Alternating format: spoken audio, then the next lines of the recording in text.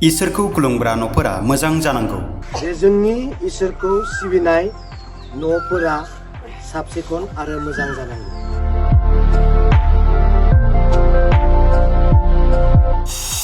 जायखौ जों मन्दिर, मस्जिद, गिर्जा थानसालि होननानै मोनथियो, बेफोरनि थाखाय आं सोरखारनाव लेखा होखाबाय। जोङो मन्दिर, मस्जिद, गिर्जा, बाथौ थानसालि होननानै मिथियो। बेफोर इसोरनि न'आ, जायखौ जेराव थाना जों इसोरखौ सिबियो, भगबानखौ जों फुजा खालामो। बेफोरनि मन्दिर, गिर्जा, मस्जिद, थानसालिफोरा मोजां साब सिखोन जानांगौ। बे गामिया आंनि मोनसे बाहागो बायदि, बे गामिखौ बावनानै थाङा। बे आंनि आंगो गामि बायदि, बे गामिखौ आं बावगारनानै थाङा। 1 crore रांजों लामानि दालाङा 2 मावजासिगोन, रायजोआल' हेफाजाब होलांदो, बुंदों TCLC मासिगिरि बिक्रम दैमारिया। लामा दालां हिसाबै जोंहा नै बे 1 कोटियाव सेंसन जाखाबाय। दाखालि जोङो बेखौ फाउन्डेसन खालामनाय जाबाय। दा बे लामाखौबो आङो गावनो दिनै चिफ सारजों रायज्लायनानै बानायनाय जाबाय। गाव दिनै गोसो जानाय बायदि आं बानायनो मोनसिगोन नोंथांमोननि हेफाजाबाव। जास्ट रायजोआ समर्थन खालामदो।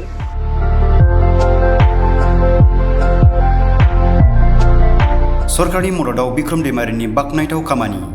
दिनै गावनि आंगो गामिजोंनो नांजाबनाय गोजोनपुरि गामियाव आद्रा जानानै थानाय बाथौ मन्दिरखौ सरकारनि रांजों हेफाजाब खालामगोन होनना रायजोनि सिगाङाव बुंथियो। लोगोसे आंखौ नोंसोर सम सम लोगो मोननाय नङा, मानोना गासैबो खामानिया क'क्राझारावसो जायो। रायजोनि थाखाय खामानि मावनो थाङो होनना मन्दिरनि थानसालि लुफुंनो खुन्थिया गायसननायाव ओरैबायदि बुङो।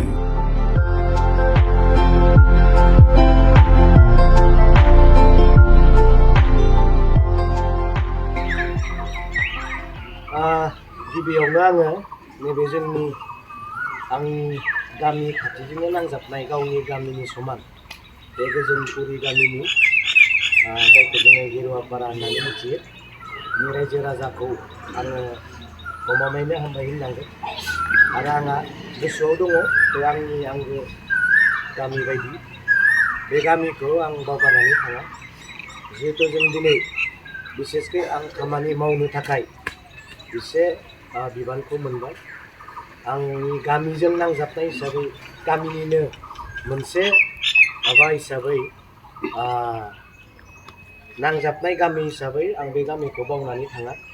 दा बिनिखायनो आङो बुंदों बे भेरगाव समस्तियाव बर्तमान 25टा बाथौ थानसालि एखे एमाउन्टनि 20 लाख एसे खम जागोन, 19,99,000 बिब्दिहै जागोन एमाउन्टआ। दा 25टाखौ आङो अलरेडि सारनो आङो बेखौ होनाय जाबाय आरो बुंनायबो जाबाय। एखे एमाउन्टजोंनो आङो मोनफ्रोमबो बाथौ थानसालि लुफुंनायनि मुङाव कमिउनिटिनि मुंजों आङो होनाय जागोन। दा खोथाया बेनो जे जोंनि इसोरखौ सिबिनाय न'फोरा साब सिखोन आरो मोजां जानांगौ, नङा होमबा?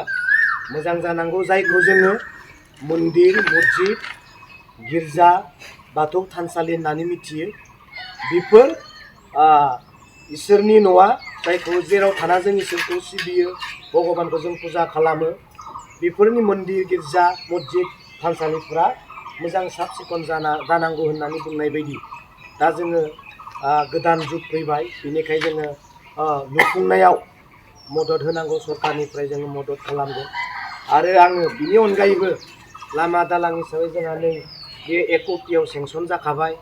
दाखालि जोङो बेखौ फाउन्डेसन खालामनाय जाबाय।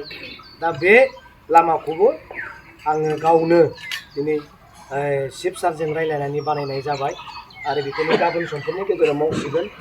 दा आं दिनै गोजोननाय मोन्दों बेखौ आंनि गामिजोंनो नांजाबनाय मोनसे दैमाखौ गाव दिनै गोसो जानाय बायदि आं बानायनो मोनसिगोन नोंथांमोननि हेफाजाबाव। जास्ट रायजोआ समर्थन खालामदो। बे लामाया जेन, बे दालाङा जेन नोंथांमोननि समर्थनाव बे गामि मोननैनिल' नङा, गथै गामिनि रायजो राजाफ्रा बिथिं फैयो, बेखौ जों मोजाङै जों बानायनो हायो। दा जोंहा माल दोननाय, मानसि मिस्ट्रि थानाय एसे उसुबिदा जानायनि थाखाय जों लामायावनो गासैखौबो जों खालामजोबनांसिगोन। बबेबा साइडथिं मिस्ट्रि थानाय, बबेबा साइडथिं जों माल गारनाय खालामनांसिगोन।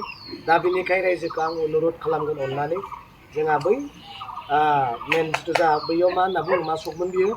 सिगाबा नैबे साहा दखान बेयावनो जोङो लामाखौ ओरै फिरायनानै ओरै हरसिगोन ओमफ्राय जोंनि बै सकआव जोङो गारि गिदिरखौ बेयाव बन्द' खालामसिगोन एकदम आजादियै जों बे खामानिखौ जों मावनो थांगासिनो दङ बेनिखाय रायजोआ समर्थन खालामदों बे दालाङा मोजाङै जाथों आरो जोंहा बे गथ'फोरा स्कुलाव थांनांगौ दङ जों ओरै हरगोन आरो बेयाव दालां दङ जों दालांखौ जों बेरा होनांगोन मालाबा गथ'फोरा साइकेल लांनाय मा लांनाय सुंथुलाबायो नाख्रांलाबायो बेखौ जों बिमा बिफाफ्रा एसे दलं जासान्दि एसे दलं बेयाव बारहोहरो समखौ एसे मेनेज खालामलायनानै गथ'फोरखौ जों दलंखौ बारहोहरो जेन जानाङि घटनाफोराव जों जाया दा आङो दिनै बे बाथौ मन्दिरनि खुन्थिया गायसननायखौ आङो खालामनो सानदों भगबाना इसोरा बेखौ लुफुंनायाव निस्सय हेफाजाब खालामगोन आरो जोङो इसोरखौ सिबिनाय जोंनि गोसो गोरबो सिङाव